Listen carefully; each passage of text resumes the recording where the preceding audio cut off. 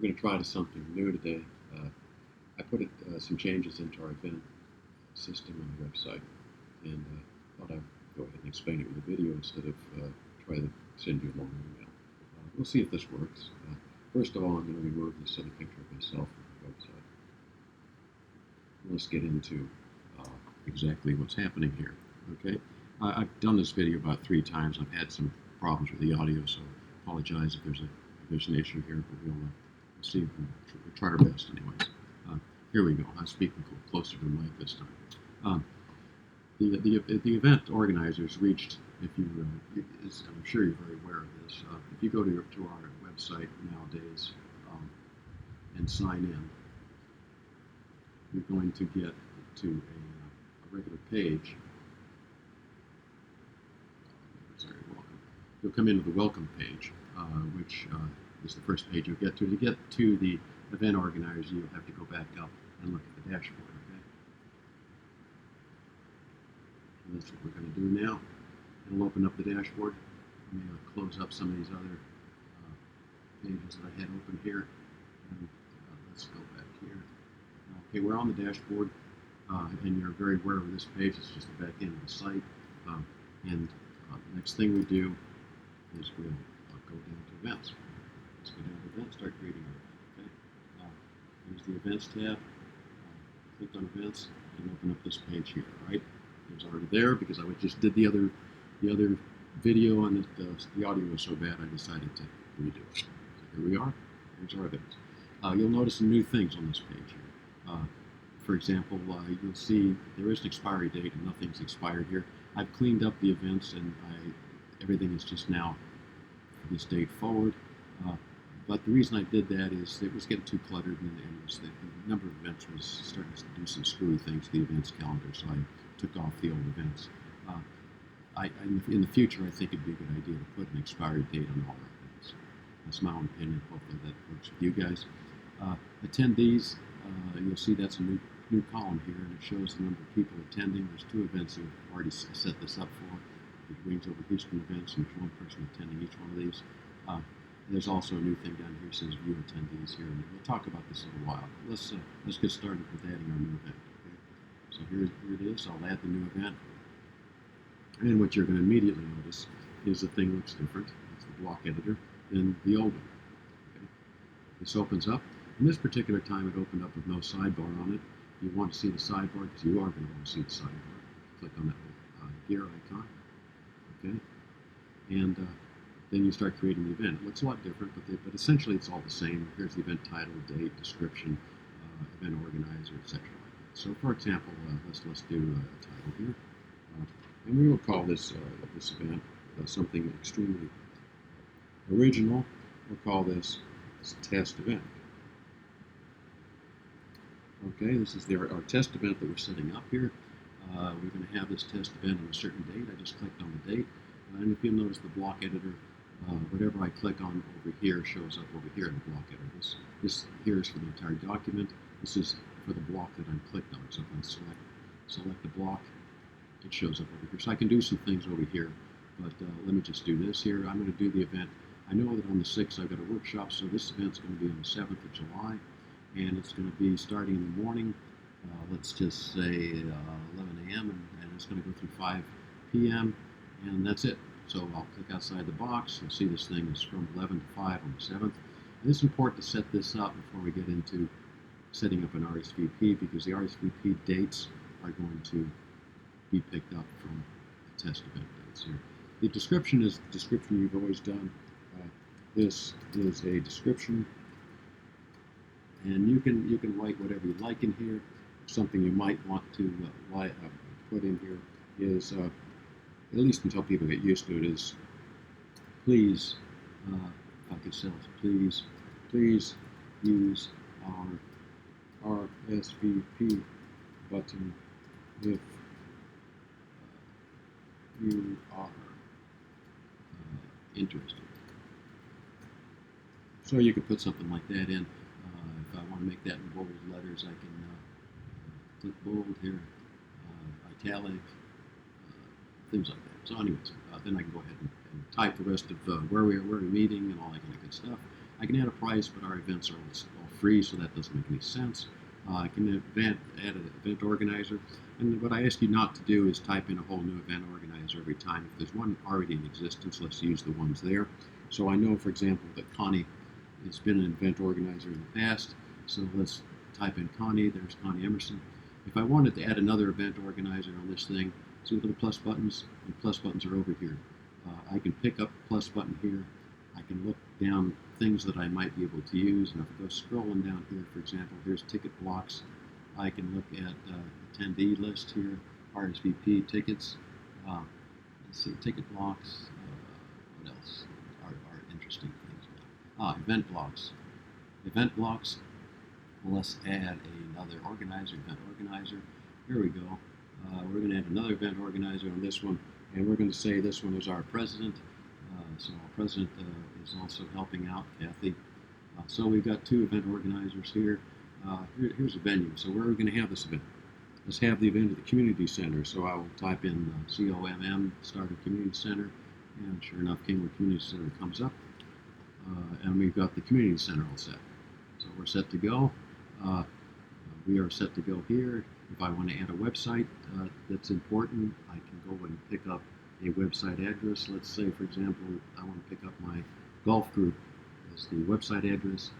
I can copy the URL, Command C, go back to the event here, find the event page here, event page, Command V, type it in there. So now I've got a URL. I click outside the box to commit it. Google Calendar, XY, leave that alone. These, when the event's set up, if you click on this, it'll add it to your Google Calendar. No e-commerce available, don't worry about this. This is another plugin that we don't use. We would have to pay money for it, but it would allow us to use PayPal and things like that to pay for events if we wanted to. No RSVP configured. Okay, let's configure an RSVP. Remember when you finish that you need to make sure you click this button, or it won't. I've had trouble in the past. I've surprised myself. I didn't click the button and I didn't get it done. So RSVP. So I would say, I call it whatever you like. I'm going to the test event, and if you wanted to add a description to this thing, you can do that. This is a wonderful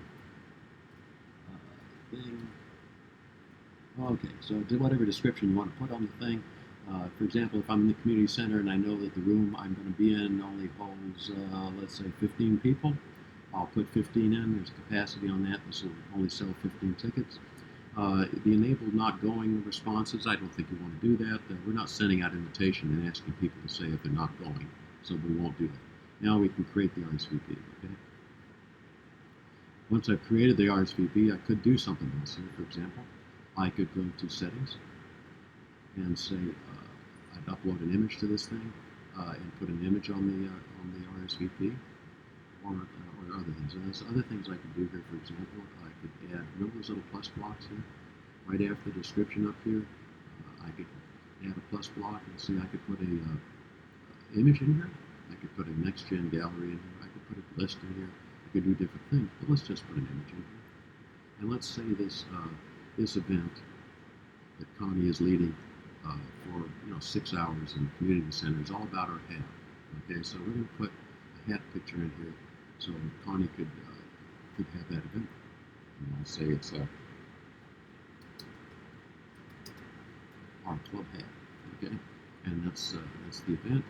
Since I'm on that thing, on that block, see the block editor over here allows me to have the image on different sizes. And so, okay, so I could do that. I could also say, for example, when you click on that, I want this to open up a custom URL. I could go to the media file, which means it would open up the hat file real large so you could see it. Or I could go to the custom URL, say, for example, that Played Off Tuesday, a website that I copied before, and I could open this up in a new tab. For example, I don't want you to leave the event page. I want you to open up that other website in a new tab, a separate tab, and that's it. So that's sort of ready. The event is done. We've got the tickets done. Community center. It looks really good. Let's go to the document now. You'll notice here I could restrict this event if I wanted to only people who are logged in. That way the event won't show up unless you're a member of the website. I just dropped my iPhone, if you heard that noise. But I'm not going to restrict that. Tags are simply things like workshop and things like that. These are tags that we can use for help searching. So I'll do that. Say it's workshopping. I'll put other tags in there if I want. These categories here determine what event page is going to show up. Let's say I want it to show up on the workshops page. Featured image is a nice thing to have. Let's put a featured image in here. What that does is on the events page where it lists all the events, these featured images will show up will show up on that page. And I'll show you what it is. Let's just pick a featured image. Interesting, it's not showing all my files, but let's just pick a drone image here. Select. So this drone image will show up as a featured image. And then what I'm going to do is, remember we talked about expiration. I'm going to enable post expiration. I'm going to want this to expire itself on 7th. That's when the event is. I'll have it expire at 1900 hours for you in the military, 1927. That's 7:27 in the evening. And when it expires, I want to go ahead and just delete itself. Okay. So now we're all set up, I believe. All the categories are set. The event's set. I'm ready to publish. Okay. So I can now publish the event, and then we can go check it out to see what it looks like. Okay. I'd always like to do that. Let's go and go back here. I'll hold down the visit site key, but I'm going to hold down the control key so that it opens up here in a separate tab. I don't need this tab open, so I'm going to hit that visit site. You'll notice up here it's opening up separate site. Okay, it opened up the website. I can now go to events calendar. Here it is, and there's my test event. Here's the featured image that you saw here.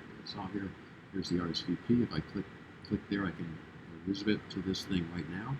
Let's go and look at the test event with more detail. Of course, there's not much of a description of this one, but here it is. Here's the detail. Here's the time. Here's the hat. If I were to click this hat, remember it should open up in a separate tab up here. There it is. Okay, and so that works. Our club hat. Connie is running this, so we have the president's running this also. It's at the community center. And I'm going to test event. Now, I could have checked on the RSVP on the other page, but let's just check here. I'm going here. So, and you'll notice nobody's coming down here yet. Okay, but here it is. You'll notice my name and email is already filled in, and that's only because I'm already signed in. If I wasn't signed in, this wouldn't be here, and I'd have to fill it in. Don't show my information on the attendees list. I hope people don't check this because we want their information on the attendees list. Submit RSVP. -1 means it's going to take 1 off the 15 remaining. We have only 14 remaining after I finish this. So I click Submit RSVP. Sure enough, there's only 14 remaining. It's been received, and I will get an email to this effect. And who's coming? It doesn't show anybody. So let's go ahead and refresh the screen. And sure enough, if I go down there, who's coming? I'm coming, and it shows my picture. It doesn't show me and my name and my address and my kids or anything like that. It just shows my picture. And the reason that picture comes off my profile, since I'm a member of the website, if you're not a member of the website, there'll still be icons here, and you can count the number of icons to see how many people are coming. But let's go back in. Let's say we're running this event, and it's a day or two before the event. You want to see how many people are really coming to this event, okay? We can go back into the website. We can go back down to our events. We can find the event, sort this by date because it's easier for me to find them because I know this is the 7th of July. It's the 7th of July. And remember these things I told you about before. If I click there, I'll find out who's coming, right? So if I say view attendees or click here, let's click here, it'll tell me who's coming, right? Here it is. I'm coming. I can check the person in at the site. I could have this PC here and check people in. I'm not going to do that. We don't typically do that. this email only, strangely enough, you think this email would send to the people coming to this event, but what it does is when it comes up, select, it gives me everybody who's a member of the website. I don't know how useful that is, but that's what it does. Or I can put in emails here. Uh, the thing I would suggest, or I can print this off. Uh, I could do bulk actions, for example. Uh, I could check everybody in. I could delete everybody, and I would have to, if I took a bulk action and said apply, it would do all that. I don't want to do that. What I'm going to do is export this thing. So it's going to export it. You'll notice what happens now is a little file just went into my downloads folder. So if I open up my file manager and look in downloads, you'll also notice that I have a couple of them because I've done this several times. There's my file that just got downloaded, and there it is. There's emails. Okay. So there you go. That's how I've downloaded the people coming to the event. I can see them. I can communicate with them. This isn't quite as useful as Eventbrite because Eventbrite is a little bit better communication feature, but this is possible. You can do it. So there you go. I've created the event. I've checked the event. I've looked at the attendees, and there's only one thing left to do now. Going back to events.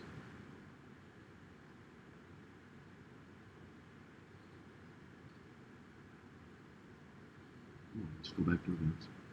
And we will then delete this event because I don't want this showing up on the event calendar. So I'll go down here, trash this event, and we're all set. So that's it. That's how we create events under the new system. I hope you enjoyed this. I hope it was helpful.